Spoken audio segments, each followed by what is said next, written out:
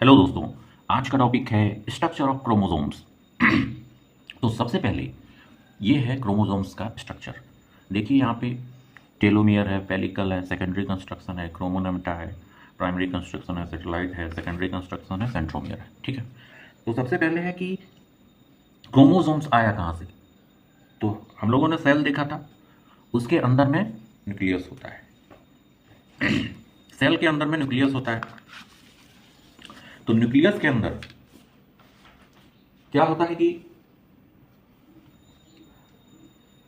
Nucleus के अंदर जो द्रव्य होता है वो केंद्रनुमा धागे की तरफ जाल की तरह एक बिखरा होता है। ठीक है, ये मान लीजिए न्यूक्लियस हो गया। तो यहाँ पे ऐसे ऐसे ऐसे ऐसे ऐसे ऐसे मतलब किसी भी तरह ट्रैप टाइप का बना हुआ। ठीक है।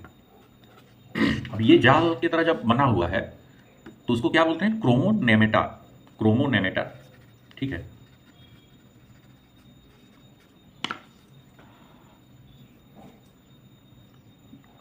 या फिर क्रोमेटीन, सॉरी क्रोमेटीन, इसको क्रोमेटीन बोलते हैं। और जब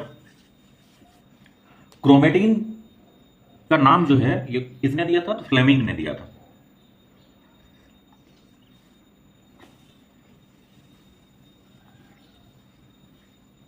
और यह किससे बना हुआ रहता है? डीएनए और प्रोटीन, प्रोटीन हिस्टोन और डीएनए का बना होता है। कोशिका विभाजन के समय क्रोमेटिन सिकुड़कर छोटे मोटे धागे के रूप में हो जाता है। मान लीजिए जब सेल डिवीजन होता है, माइटोसिस मियोसिस, उसमें क्या होता है कि यही क्रोमेटिन सिकुड़कर एक कैसा रूप ले लेता है? मोटा और छोटा धागा। मान लीजिए धागा का बंडल देखें, ऊन का बंडल, तो वो मोटा हो जाता है, छोटा हो जाता है। ठीक है। तो उसको क्या बोला जाता है? क्रोमोसोम। ठीक, क्रोमोसोम बोला जाता है। ठीक है। क्रोमोसोम शब्द का सबसे पहले प्रयोग 1888 में 1888 में वर्ल्डेयर ने दिया। माइटोसिस के, जब माइटोसिस होता है, इसको मैं आगे सेल डिवीजन पढ़ाऊंगा तब डिटेल में बताऊंगा। ठीक है। माइटोसिस के मेटाफेज और एनाफेज में, एक होता है मेटाफेज और दूसरा होता है एनाफेज। एनाफेज में क्या दिखाई देता है कि इसमें क्रोमोसोम्स दिखाई देता है, एकदम क्लियर, क्रोमोसोम्स क्लियर होता है। अगर पूछेगा कि क्रोमोसोम्स कौन सा फेज में दिखाई देता है सेल डिवीजन का, तो यहां पे एक क्वेश्चन ये भी बनता है माइटोसिस। ठीक है। दूसरा मेटाफेज और एनाफेज। तो मार दीजिए आप भी अपना फेज, तुरंत टिक मार के सही कर लीजिए। इसके बाद है प्रत्येक जीव और स्पीसीज में क्रोमोसोम पाया जाता है जिसका नंबर डिफरेंट डिफरेंट होता है। ह्यूमन बींग्स में 46 होता है। ये सब क्वेश्चन पूछता है नंबर ऑफ क्रोमोसोम, इसलिए इसको याद रखना। ड्रोसोफिला में 8 होता है, 8। अब है चिंपैंजी में 23 जोड़ा, और बंदर में 21 जोड़ा, मतलब 21 इंटू 2, 23 इंटू 2, तो 46 चिंपैंजी भी हो गया। अब बंदर में कितना हो गया? 42। ठीक है।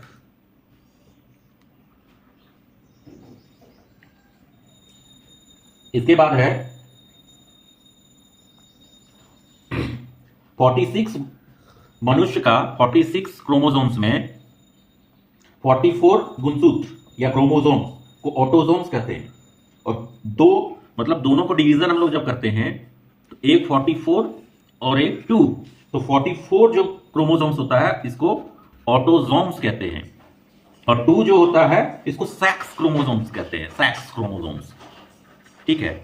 अब ये भाई क्या होता है? ये क्या करता है? शरीर के कायिक लक्षण को, शरीर के कायिक लक्षण को निर्धारित करता है। और सेक्स क्रोमोसोम क्या करता है? सेक्स क्रोमोसोम मेल और फीमेल, ठीक है, मेल और फीमेल का निर्धारण करता है, जिसे एक्स एक्स और एक्स वाई। तो इसमें से एक्स एक हो गया, फिर एक्स ये, फिर एक्स ये, फिर वाई ये। तो ये क्या करता है कि ह्यूमन बींग्स में सेक्स का डिटर्मिनेशन करता है।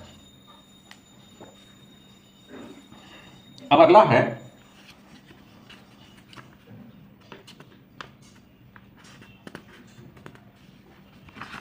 क्रोमोसोम्स का संख्या संख्या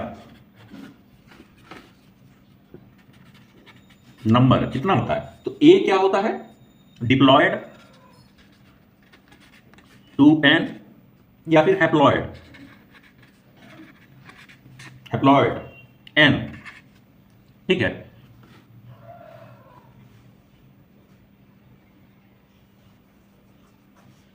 अब है स्ट्रक्चर ऑफ क्रोमोसोम्स। तो यहां पे जैसे मैंने दिखाया था कि क्रोमोसोम का निर्माण क्या होता है कि क्रोमोनेमा से होता है।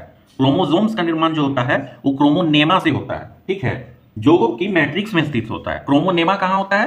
क्रोमोनेमा अगर पूछेगा किसमें होता है? क्रोमोनेमा होता है मैट्रिक्स में।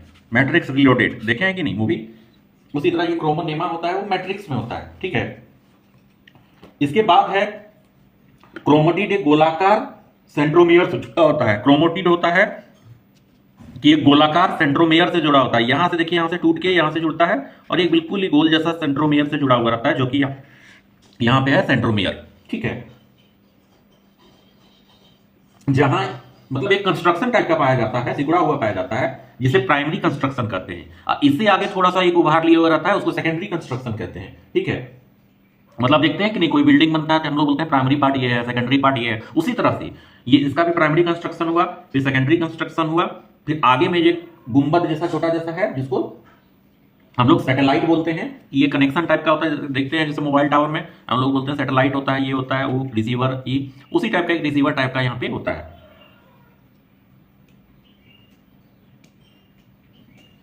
और जब सैटेलाइट यहां पे होता है तो ऐसे क्रोमोसोम को हम लोग कौन सा क्रोमोसोम को बोलते हैं? Set chromosome, set. अब दोनों अंतिम शेयर पर क्या होता है? टेलोमियर होता है। दोनों अंतिम शेयर पे क्या होता है कि टेलोमियर होता है। इसका जो कार्य होता है क्या करता है? अनुवांशिक गुणों का वाहक होता है, जेनेटिक मटेरियल। मान लीजिए किसी फादर का कैरेक्टर कैसे संतान में आएगा, मदर का कैरेक्टर कैसे संतान में आएगा, ये निर्धारण कौन करता है? क्रोमोसोम। मान लीजिए मेल होगा कि या फीमेल होगा, ये निर्धारण कौन करता है? Chromosome. X X chromosome, X Y chromosome. ठीक है। तो अगर एक्स एक्स मिला और फिर एक्स वाई मिला, एक्स एक्स मिला फीमेल होता है, एक्स वाई मिला तो मेल होता है। ठीक है। एक्स एक्स मादा होता है और एक्स वाई नर होता है। इसी तरह ये डिसाइड कौन करता है? क्रोमोसोम करता है। थ्योरी ऑफ इनहेरिटेंस किसने दिया था? सूटोन और बोवेरी ने। थ्योरी ऑफ इनहेरिटेंस किसने दिया था? सूटोन और Boveri. Theory of inheritance, Sutton, Boveri. इसके बाद है कि गुणसूत्रों पर बहुत से जीन होते हैं जो कि एक पीढ़ी से दूसरी पीढ़ी तक लक्षणों को हस्तांतरित करते हैं। मतलब एक जनरेशन से दूसरी जनरेशन। होता क्या कि जीन गुणसूत्र पर स्थित होते हैं। मतलब क्रोमोसोम के अंदर ही क्या होता है कि जीन होता है। ठीक है। जो कि हम लोग का जेनेटिक मटेरियल वाहक होता है, और इसको हम लोग क्या बोलते हैं कि वंशागति का वाहक बोला जाता है। क्रोमोटिन के अलावा केंद्रक एक गोल रचनाएं होता है जिसको राइबोसोम, ये गोल रचना होता है, इसे न्यूक्लियोलस कहते हैं। इसमें राइबोसोम और आरएनए होता है। और क्रोमोटिन का खोज किसने किया था? फ्लेमिंग ने किया था। क्रोमोटिन का अगर बोलेगा खोज तो उसको किसने किया था? फ्लेमिंग ने किया था। या डीएनए और प्रोटीन, हिस्टोन, हिस्टोन प्रोटीन का होता है। ठीक है।